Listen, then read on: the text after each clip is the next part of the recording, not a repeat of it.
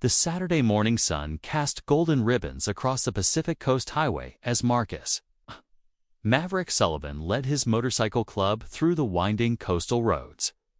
Behind him, 12 chrome-gleaming machines roared in formation, members of the Guardians MC, a brotherhood of reformed bikers who'd traded their troubled pasts for lives of purpose and charity.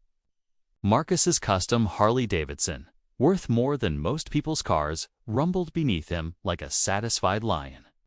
At 45, with silver threading through his black beard and leather vest adorned with patches from coast to coast, he'd seen everything life could throw at a man, or so he thought. They were heading to their monthly charity ride destination when Marcus spotted something that made him raise his fist, the signal to stop. On the roadside, near an abandoned gas station, stood a little girl. She couldn't have been more than 8 years old, wearing a faded pink dress that had seen too many washes, her dark hair pulled back in a messy ponytail. But it was what she held that stopped Marcus cold. A bicycle. A child's bicycle, painted in chipping purple with tassels hanging limply from the handlebars. And a handwritten cardboard sign. "Buy my bike, sir. Mommy hasn't eaten in 2 days." The convoy pulled over, engines dying one by one until an eerie silence fell over the highway. Marcus dismounted, his boots crunching on the gravel as he approached slowly, not wanting to frighten the child. "Hey there, little one," he said softly, removing his sunglasses. "What's your name?" The girl looked up with eyes too tired for her age, beautiful brown eyes that held an ocean of sadness. "Emma," she whispered. "Emma Rodriguez. Do you want to buy my bike?" Marcus knelt down, his leather creaking. Behind him, he could hear his brothers dismounting. Their curiosity piqued.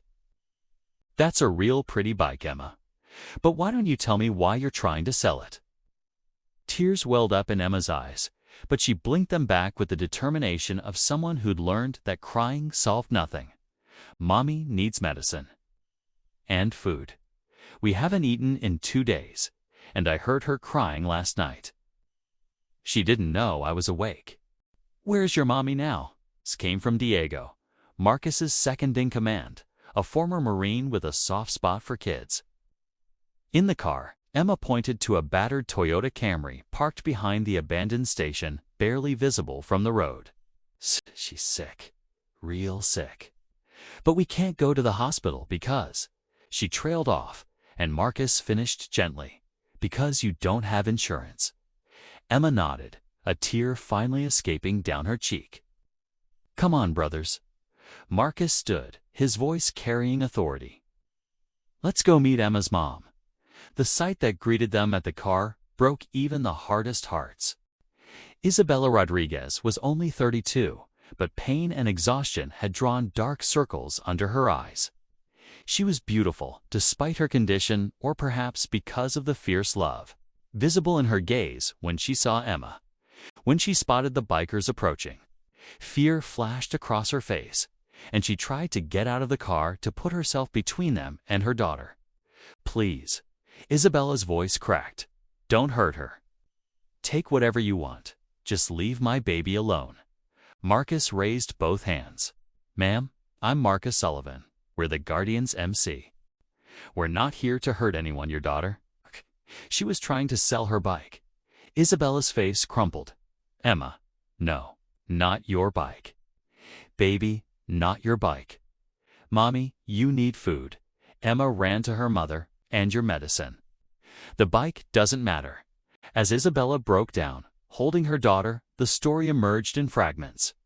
She'd been a marketing executive at a prestigious firm in Los Angeles, living in a beautiful apartment in Santa Monica with her daughter. Emma had gone to a private school. They'd had everything. Then came Richard Ashford. He was a senior partner at the firm, Isabella explained, her voice hollow. "Charismatic, powerful. He pursued me for months. I thought, I thought he was a good man. I thought he could be a father figure for Emma after her dad died. But Richard's charm masked something darker. When Isabella refused his advances after discovering he was embezzling company funds, he'd framed her. Within weeks, she was fired, blacklisted in the industry, and facing criminal charges for the very crimes he'd committed. His lawyers, the best money could buy, had buried her. I spent everything I had fighting it, Isabella continued, coughing into her hand. Marcus noticed the slight tremor, the flush in her cheeks. Pneumonia, probably. Lost my apartment. My savings, my reputation. Emma and I have been living in the car for 3 months. I finally got proof documents, recordings, but my lawyer. She laughed bitterly. I couldn't afford a lawyer anymore. This Richard Ashford, Diego said, his jaw tight. He just gets to walk away. Men like him always do, Isabella whispered. He's too powerful. Marcus looked at his brothers. In their faces, he saw reflections of his own pastimes when they'd been powerless, when the system had failed them, when they'd needed someone to believe in them. This was why they'd formed the Guardians. This was their purpose. Emma, Marcus turned to the little girl who was clutching her mother's hand. How much were you hoping to get for that bike? I don't know, Emma said quietly. Maybe $20? Is that too much? $20 for her mother's life. Marcus pulled out his wallet and produced a crisp $100 bill. I'll tell you what, I'll give you $100 for it. But I need you to hold on to it for me. I'm going on a long trip, and I need someone responsible to take care of it. Can you do that? Emma's eyes went wide. Really? Really? But first, let's get your mom to a hospital. Sir, I can't. I don't have insurance, Isabella protested weakly. You do now, Marcus said firmly. Diego, call ahead to St. Catherine's. Tell them we're bringing someone in, full treatment, my account. Thunder, he nodded to another biker. Get on the phone with Leonard Hastings. Leonard was a former club member who'd become a high-powered attorney, never forgetting his roots. Marcus, I can't accept this. Isabella tried to stand, wobbled, and had to grab the car for support. You're not accepting charity, Mrs. Rodriguez. You're accepting justice. We're going to make this right. Within an hour. Isabella was in a private room at St. Catherine's Hospital, receiving treatment for advanced pneumonia. Emma sat beside her, eating her first real meal in days, a gourmet dinner one of the nurses had ordered special. The little girl's bike sat in the corner, now with a bow on it. But Marcus and his brothers were just getting started. Leonard Hastings, Esquire, arrived within 2 hours, briefcase in hand and fire in his eyes. When Marcus explained the situation, Leonard's smile was sharp as a knife. Richard Ashford. I know him. Slippery bastard. But if you have evidence, ... double quotes Isabella, strengthened by 4 fluids and antibiotics, handed over the documents she'd guarded with her life. Leonard's eyes lit up as he read. This is everything. Wire transfers, emails, meeting notes. Mrs. Rodriguez, this doesn't just exonerate you. This puts him away for 20 years. Over the next week, as Isabella recovered her health and Emma rediscovered her smile, Leonard worked his magic. The Guardian's MC, it turned out, had connections of their own: journalists, investigators, even a few sympathetic police officers. Richard Ashford's empire began to crumble. The day the news broke, Marcus was at the hospital with Isabella and Emma. They watched together as Richard Ashford was led out of his office in handcuffs, his face twisted in fury and disbelief. The charges were extensive: embezzlement, fraud, witness tampering, conspiracy. How? Isabella breathed, tears streaming down her face. How did you do this? Marcus smiled, his weathered hand gentle on Emma's shoulder. Sometimes the system needs a push from people who understand what it's like to be forgotten. We've all been where you were broken, betrayed, thinking there was no hope. But there's always hope, Isabella. Always.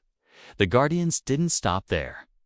They helped Isabella secure a new position at a competitor firm, one whose CEO had been personally affected by Ashford's crimes and admired her courage. They found her and Emma an apartment in a safe neighborhood. Diego's wife helped Emma enroll in a wonderful school, but the most magical moment came 3 months later. At the Guardian's annual charity gala, a glamorous affair where bikers in tuxedos rubbed shoulders with society as elite, to raise money for families in need. Isabella stood at the podium in an elegant black gown, her health restored, her confidence rebuilt. Emma sat in the front row, wearing a purple dress the color of her beloved bicycle, a small diamond pendant, a gift from all the Guardians, sparkling at her throat. 6 months ago, Isabella began, her voice strong. My daughter tried to sell her bicycle to feed me. Today, because of the kindness of strangers who became family, we're standing here not as victims, but as survivors, as warriors. The Guardian's MC taught me that strength comes in unexpected packages, that angels sometimes wear leather, and that redemption is always possible. As the room erupted in applause, Marcus caught Emma's eye. She mouthed 2 words, "Thank you." Marcus smiled, remembering the scared little girl on the roadside with her cardboard sign. Sometimes, he thought, you don't find your purpose. Your purpose finds you.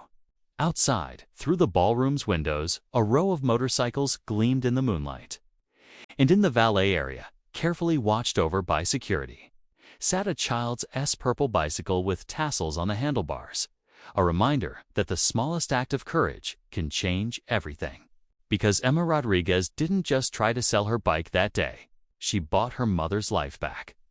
And in doing so, she reminded a brotherhood of bikers why they rode, not for the freedom of the open road, but for the honor of lifting others up when they'd fallen down.